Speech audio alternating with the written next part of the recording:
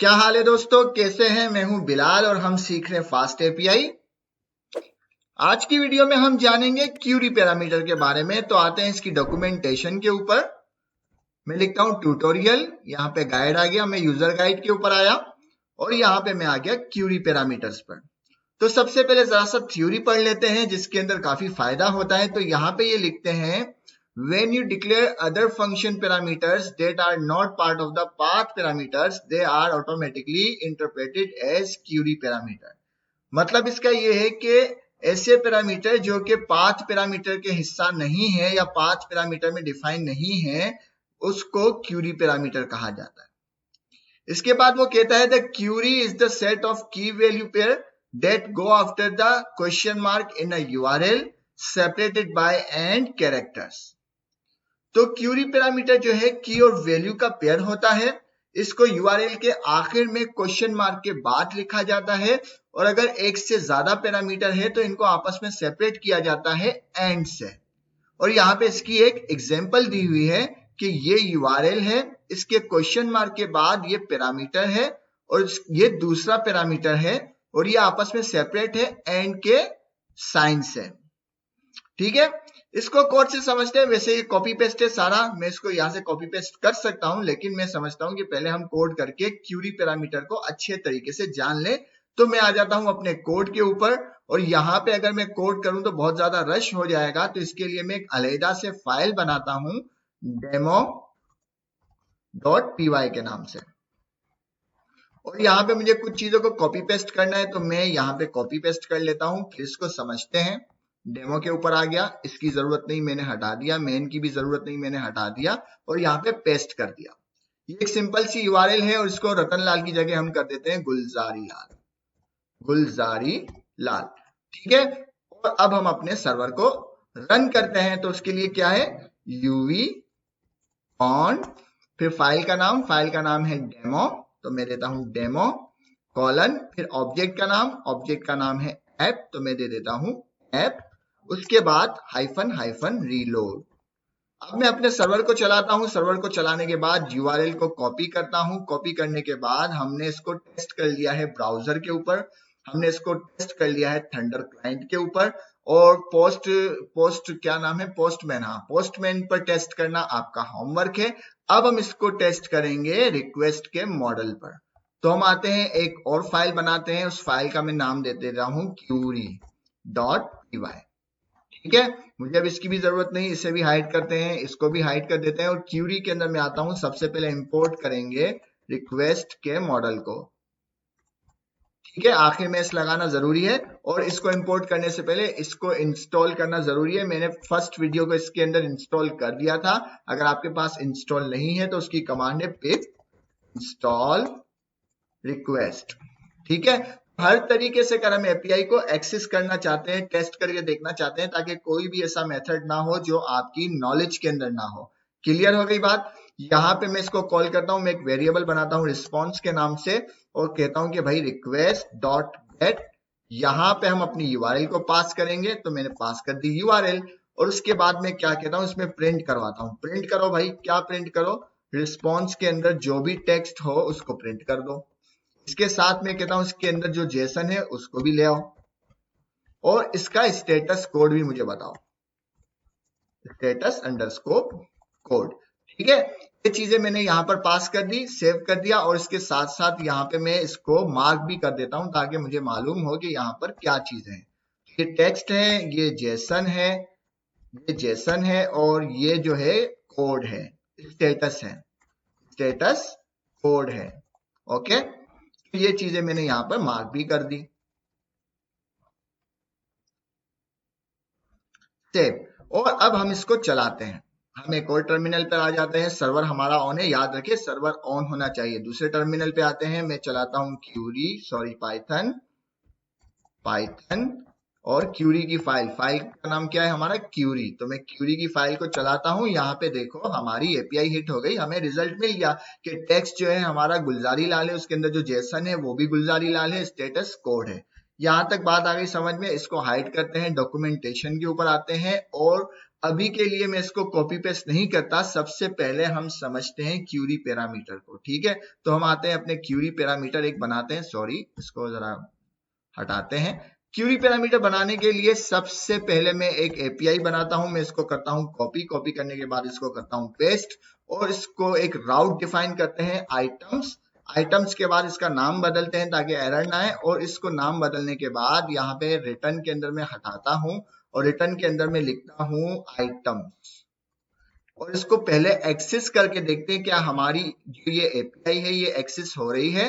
तो मैं क्यूरी के ऊपर आता हूं, यहाँ पे मैं स्लैश आइटम्स लिखता हूं, सेव करते हैं, कोड को चलाते हैं,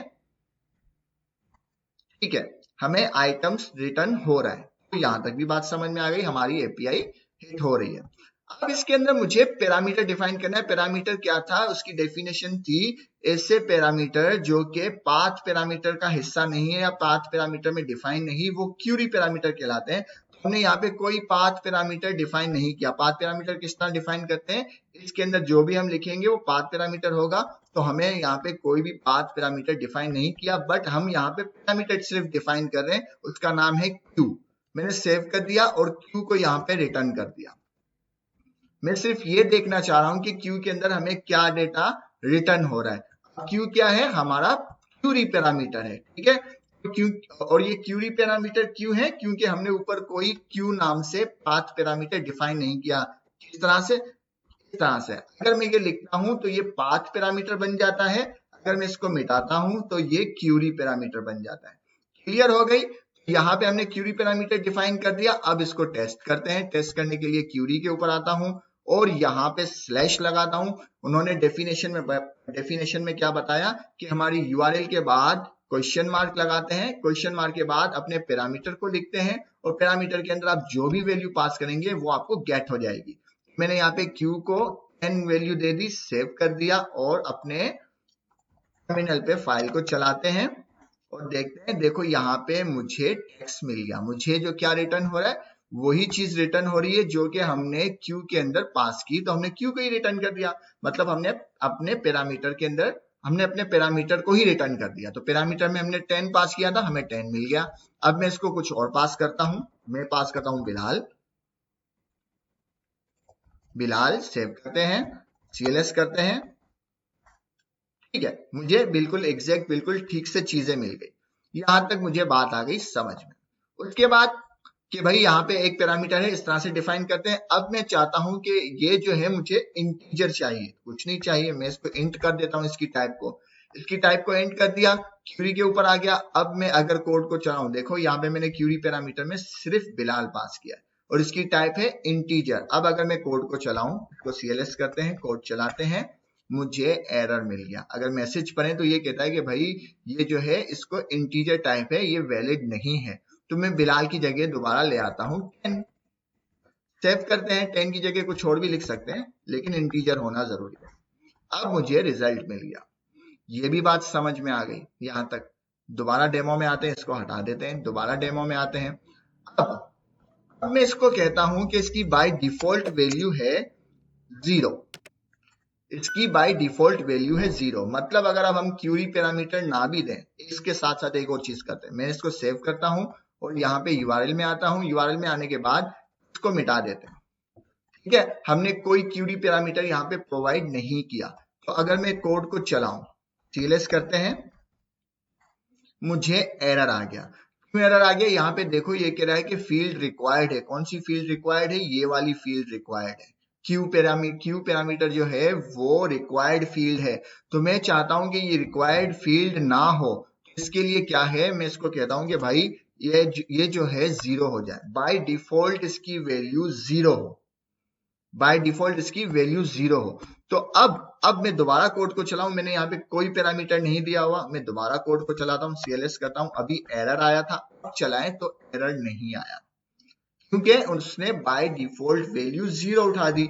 और अगर अब मुझे इसको वैल्यू देनी है तो मैं कहता हूं question mark q is equal to 101। Save करते हैं, सीएलएस करते हैं, चलाते हैं 101।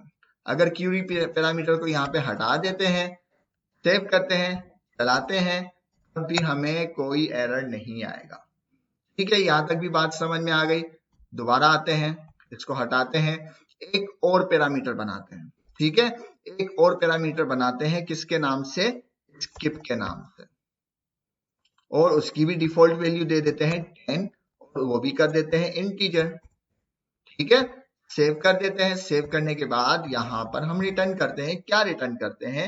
एक रिटर्न करते हैं क्यू, और क्यू के साथ वैल्यू है क्यू की, और उसके साथ हम रिटर्न करते हैं स्किप। स्किप की वैल्यू है स्किप। सेव कर दिया। ठीक है, अब हमने दो पैरामीटर डिफाइन किए और दोनों पैरामीटर की डिफॉल्ट वैल्यू भी बता दी। और यहाँ पे मैं क्या करता हूं, ठीक है, इसको टेस्ट कर लेते पहले। तो मैंने यहाँ पे क्वेश्चन मार्क लगाया, क्यू की वैल्यू दे दी, क्यू की वैल्यू मैंने दे दी है 10। सेव कर दिया। सेव करने के बाद इसे चलाता हूं। अभी मैंने स्किप की वैल्यू नहीं दी, इसको चला देता हूं। मुझे डेटा मिल रहा है। ठीक है, मुझे डेटा मिल रहा है। क्यों? क्योंकि मैंने स्किप की बाय डिफॉल्ट वैल्यू बताई हुई है। और यहाँ पे अब मैं देता हूं स्किप। मैं कहता हूं एंड। सेपरेट किसको करना है? दो पैरामीटर को आपस में अगर सेपरेट करना है तो एंड से करना है, हमने डॉक्यूमेंटेशन में पढ़ा था। अब मैं कहता हूं स्किप। स्किप की वैल्यू दे दी 102। सेव करते हैं, क्लियर करते हैं, चलाते हैं, हमें देखो डेटा मिल रहा है। हमें डेटा मिल रहा है। अब मैं क्या करता हूं, क्यू को मिटा देता हूं। अब मैंने क्यू को मिटा दिया, सेव किया, क्लियर किया, दोबारा चलाया। देखो क्यू की बाय डिफॉल्ट वैल्यू थी वो आ गई, और स्किप की जो वैल्यू हमने दी थी वो भी नजर आ गई। तो इस तरीके से कर हम जो है पैरामीटर को डिफाइन कर सकते हैं, इनको जो है बाय डिफॉल्ट वैल्यू दे सकते हैं, और इनके जरिए हम कुछ भी क्यूरी कर सकते हैं। ये हमें अभी तक जो हमने सीखा वो क्यूरी पैरामीटर को समझने के लिए सीखा। अब आते हैं इसकी डॉक्यूमेंटेशन में और देखते हैं इसके बारे में। यहाँ पे इन्होंने एक एग्जाम्पल दी हुई है, इस एग्जाम्पल को करते हैं कॉपी। अब कॉपी पेस्ट है और समझना है। इसको मैंने कर दिया पेस्ट। पेस्ट करने के बाद इन दो लाइनों की मुझे जरूरत नहीं, क्योंकि ऊपर हमने इंपोर्ट किया हुआ है। यहाँ पे अब इसको मिटा ही देते हैं ना, इसको मिटा ही देते हैं। यहाँ पे इन्होंने क्या किया, एक वेरिएबल बनाया और एक वेरिएबल में डमी डेटा को पुट कर दिया, और यहाँ पे इन्होंने आइटम्स की एक यूआरएल बनाई, राउट बनाया। उस राउट के अंदर इन्होंने दो पैरामीटर डिफाइन किए हैं, ठीक है, स्किप और लिमिट के नाम से, जिनकी बाय डिफॉल्ट वैल्यू है 0 और 10। और इनका यूज केस बता दिया कि इसके पैरामीटर की वजह से आप पेजिनेशन बना सकते हो। पेजिनेशन क्या होता है कि भाई ये जो डेटा है, इस डेटा में बाय इंडेक्स डेटा को गेट कर सकते हैं कि भाई इस इंडेक्स से लेकर इस इंडेक्स तक जो है डेटा मुझे चाहिए। यहाँ पे इन्होंने क्या किया, स्किप। स्किप का नंबर क्या है? 0। 0 से लेकर मुझे 10 तक का डेटा चाहिए। 10 क्या है? लिमिट। लिमिट के अंदर स्किप प्लस हो जाएगा, वो 0 ही है ऑलरेडी, अभी के लिए तो 0 ही है। सेव करते हैं और हम अपनी यूआरएल को चलाते हैं। तो यहाँ पे मैं आइटम्स के ऊपर आ जाता हूँ, दोनों की बाय डिफॉल्ट वैल्यू दी हुई है। सेव करते हैं और इसको चलाते हैं। टीएलएस देखो, मुझे इस अभी के लिए पूरी की पूरी जो हमारा डेटा है वो सारा आ गया, क्योंकि उसके अंदर 3 ही ऑब्जेक्ट है और हमने कहा कि भाई इसको 10 तक, 10 इंडेक्स तक हमने कहा कि डेटा ले आओ। अब मैं क्या करता हूँ, यहाँ पर हम आते हैं, यहाँ पे मैं करता हूँ स्लैश, और क्यूरी पैरामीटर है स्किप। स्किप को मैं दे देता हूँ 0, जो कि 0 ही है, ना भी देता तो बाय डिफॉल्ट 0 ही होता। और मैं कहता हूँ लिमिट। लिमिट जो है इसकी कर दो 2। सेव कर देते हैं। अब मैंने कहा 0 से इंडेक्स से लेकर 2 तक जो डेटा है वो ले आओ, तो वो 0 और 1 को ले आएगा, 3 को छोड़ देगा। इसको मैंने CLS और चला दिया। ठीक है, यहाँ पर देखो उन्होंने 0 इंडेक्स से लेकर 1 इंडेक्स तक जो भी डेटा है वो लेकर आ गए। अब इन्होंने एक यूज केस बता दिया ना हमें कि इस तरीके से आप पेजिनेशन बना सकते हो। तो ये उसकी एक एग्जांपल हो गई। और स्क्रॉल डाउन करें, इन्होंने ये टेस्ट भी दे दिया कि देखो इस तरह से आप टेस्ट करके देख लो, तो आप इसको और तरीके से भी टेस्ट कर सकते हो। स्क्रॉल डाउन करते हैं, स्क्रॉल डाउन करते हैं, एक और एग्जांपल दी जो कि बहुत जबरदस्त एग्जांपल है। इसको करते हैं कॉपी और इसको समझते हैं। ठीक है, इसके लिए मैं इसको हाइड करता हूं, डेमो के ऊपर आता हूं, ये तमाम कोड मिटा देते हैं क्योंकि इसको समझना जरूरी है। अब इन्होंने क्या किया, इन्होंने एक राउट बनाया, उस राउट के अंदर इन्होंने पाथ पैरामीटर भी बता दिया, और पाथ पैरामीटर के साथ इन्होंने एक क्यूरी पैरामीटर भी डिफाइन कर दिया। ठीक है, इसके अंदर कुछ भी नहीं है। अगर मैं इन तमाम चीजों को मिटाऊं सिंपल करने के लिए, समझने के लिए, तो देखो इसके अंदर कुछ भी नहीं है। इसके अंदर एक पाथ पैरामीटर है, ठीक है, जो यहाँ पे पैरामीटर में भी बताया हुआ है, और एक क्यूरी पैरामीटर आ गया, ठीक है। यहाँ तक बात क्लियर है। कंट्रोल जी कर देते हैं ताकि इनकी टाइप्स भी आ जाए समझने के लिए। ये कहते हैं कि अगर क्यूरी पैरामीटर के अंदर कुछ वैल्यू है, भाई ये चीज रिटर्न कर दो। अगर क्यूरी पैरामीटर के अंदर वैल्यू नहीं है तो आप ये रिटर्न कर दो। सिंपल, कुछ भी नहीं। तो हम इसको टेस्ट करते हैं। हम आ जाते हैं वैल्यू, हमारी बात क्या है, आइटम्स के बाद हमें कोई आईडी देनी है, आईडी दे देते हैं। तो आइटम्स के बाद में आ गया, आइटम्स के बाद पहले आईडी दे देते हैं। आईडी में दे देता हूं 100। ये 100 के बाद मैंने इसको कहा क्यूरी पैरामीटर मुझे देना है, तो मैंने क्वेश्चन मार्क, अब क्यूरी पैरामीटर, और क्यूरी पैरामीटर के बाद मैंने लिखा 101, सेव कर दिया। चलाते हैं CLS। अब देखो मुझे क्या रिटर्न होना चाहिए, मुझे रिटर्न होना चाहिए क्यूरी पैरामीटर वाला रिटर्न, मतलब मुझे आइटम आईडी भी रिटर्न होगी और क्यूरी पैरामीटर भी रिटर्न होगा एक ऑब्जेक्ट के अंदर, क्योंकि मैंने क्यूरी पैरामीटर प्रोवाइड किया है। तो मैं अगर आ जाऊं यहाँ पर और चलाएं अपने कोड को, तो देखो मुझे क्या रिटर्न हुआ, मुझे क्यूरी पैरामीटर और आइटम आईडी एक ही ऑब्जेक्ट के अंदर रिटर्न हो गए। क्यों रिटर्न हुए, क्योंकि क्यूरी पैरामीटर के अंदर मुझे मैंने वैल्यू पुट की है, क्यू जो है वो ट्रू है। अब मैं इसको मिटा देता हूँ, सेव करता हूं, और मुझे सिर्फ देखो आइटम आईडी ही रिटर्न होगी। CLS करते हैं, लाते हैं, ये देखो आइटम आईडी ही रिटर्न हुई और कुछ भी रिटर्न नहीं हुआ। तो ये सब इसके यूज केस है, इनके जरिए हम क्यूरीज कर सकते हैं मुख्तलिफ। दोबारा इसको हटाते हैं, आते हैं डॉक्यूमेंटेशन पे और ज्यादा समझते हैं। अब इन्होंने क्या कर दिया, 2 इफ लगा दिए और कुछ भी नहीं किया कि भाई 2 पैरामीटर दे दिए और एक पाथ पैरामीटर दे दिया, और उन 2 पैरामीटर में यही काम किया कि क्यूरी के अंदर कुछ हो तो ये अपडेट कर दे, इसको किसको अपडेट कर दे, इस पैरामीटर को अपडेट कर दे, इस डिक्शनरी को अपडेट कर दे, और अगर शॉर्ट के अंदर हो तो इसको इस तरह से अपडेट कर दे, और क्यू और शॉर्ट के अंदर कुछ ना हो तो भाई वो सिर्फ आइटम को रिटर्न कर दे, ठीक है। ये भी कुछ नहीं है, इसको आप ट्राई करके देख सकते हैं अपने तौर पे। अगर कुछ प्रॉब्लम हो तो हमें कमेंट्स बॉक्स में जरूर बताएं, हम आपकी हेल्प करेंगे। वैसे इसके अंदर कुछ भी नहीं है इस तरह का जो कि हमें सीखना हो, और इन्होंने ये टेस्ट भी लिख के दे दिए कि ये इस तरह से टेस्ट करें, ओके। और स्क्रॉल डाउन करते हैं, क्योंकि हमने इसकी तमाम चीजों को, तमाम पहलू को समझ लिया है। अब हमारे लिए ये कुछ इश्यू नहीं है, एक ही एग्जाम्पल को मुख्तलिफ जावियों से ये हमें समझा रहे हैं। अब ये एग्जाम्पल भी देखें तो ये भी सेम एग्जाम्पल है। इन्होंने इस बार 2 पाथ पैरामीटर डिफाइन किए और 2 क्यूरी पैरामीटर डिफाइन किए, और वहां पे वही चीज दे दी कि अगर क्यू ट्रू हो तो ये कर दो, ये ट्रू हो तो ये कर दो, कोई भी ट्रू ना हो तो भाई आइटम को रिटर्न कर दो। आइटम क्या है, आइटम यहाँ पर एक वेरिएबल है जिसके अंदर एक ऑब्जेक्ट है। क्लियर हो गई ये भी बात, ठीक है। आगे बढ़ते हैं।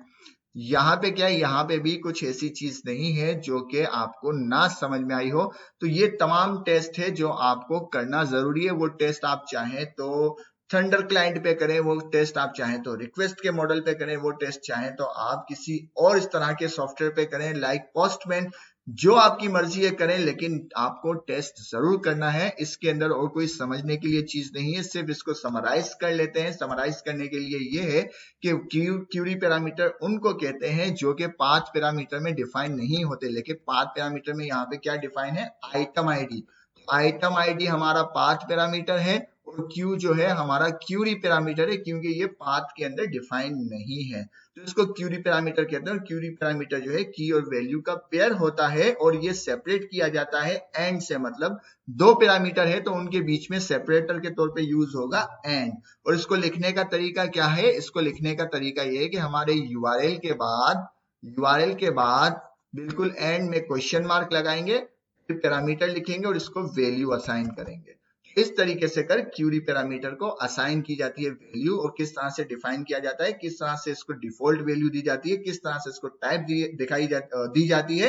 ये तमाम के तमाम चीजें हमने सीखी इस वीडियो में बाय डॉक्यूमेंटेशन। किसकी डॉक्यूमेंटेशन, फास्ट एपीआई की, जिसमें हमने तमाम के तमाम पहलू को हमने उनको सीखा। उम्मीद है आपको वीडियो पसंद आई होगी। पसंद आए तो लाइक करें, शेयर करें, सब्सक्राइब करें। मिलते हैं नेक्स्ट वीडियो में। अल्लाह हाफिज।